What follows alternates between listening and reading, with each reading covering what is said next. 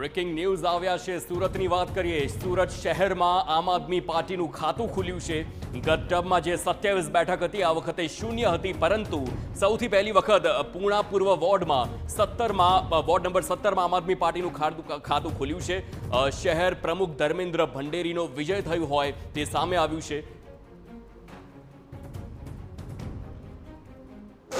સુરત મહાનગરપાલિકા ઇલેક્શનના જે પરિણામો સામે આવ્યા છે, જેની અંદર આમ આદમી પાર્ટીની કારમી જે હાર કહી શકાય છે તે જોવા મળી રહી છે। માત્ર 4 જ ઉમેદવારો છે તે વિજેતા થયા છે। તો શહેર પ્રમુખ છે ધર્મેશભાઈ, તેમની સાથે સીધી વાત કરીશું। ધર્મેશભાઈ, જે રીતે જે 2700 બેઠક હતી 27 હતી જે એની સામે માત્ર 4 જ, ક્યાંક ને ક્યાંક અમે અમારા કામ જે કરેલા હતા એના ઉપર વિશ્વાસ અપાવવામાં જનતાને વિશ્વાસ અપાવવામાં કદાચ નિષ્ફળ ગયા, વિશ્વાસ સંપાદિત નથી કરી શક્યા।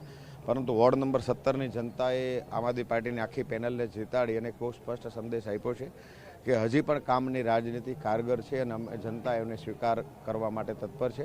ઘણા બધા વોર્ડમાં જ્યાં અમે ગઈ વખતે જીતા હતા ત્યાં આ વખતે બહુ ઓછા માર્જિનથી અમે હાર્યા છીએ, એનું પણ અમે એનાલિસિસ કરીશું।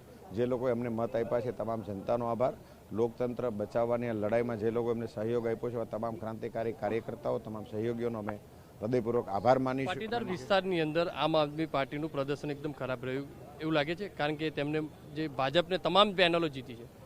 ભારતીય જનતા પાર્ટી છેલ્લા 30-32 વર્ષથી સત્તામાં છે। ઘણા બધા બેનિફિશિયરી એમણે ઊભા કર્યા છે અને એમના દ્વારા એમણે લોકોને દબાણ આપ્યું, ધાકધમકી આપ્યું, સરકારી મશીનનો ઘણી બધી જગ્યાએ દુરુપયોગ થયો અને એના કારણે ઘણા બધા વોર્ડ અમે ઓછા માર્જિનથી હાર્યા છીએ। પણ અમે હિંમત નથી હાર્યા, અમે આ જ હિંમતથી જે અત્યાર સુધી લડતા આવ્યા છે એ જ હિંમતથી હજી પણ લડતા। કારણો રહ્યા હાર પાછળના? હાર પાછળના તમામ કારણોનું અમે બેસીને એનાલિસિસ કરીશું અને જોઈશું। જ્યાં જ્યાં અમે કાચા પડ્યા છે તમામ કારણો ઉપર અમે નજર નાખીશું અને આવનારા સમયમાં આમ આદમી પાર્ટી પોતાની મજબૂતાઈ સાથે ફરીથી આગળ વધશે અને સુરત શહેરને વૈશ્વિક કક્ષાએ અમે આગળ લઈ જઈશું।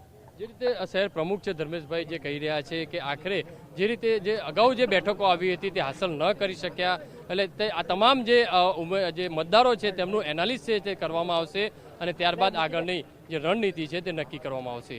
કેમેરામેન સંજય ચંડેલ સાથે બલદેવ સુથાર, TV9 સુરત।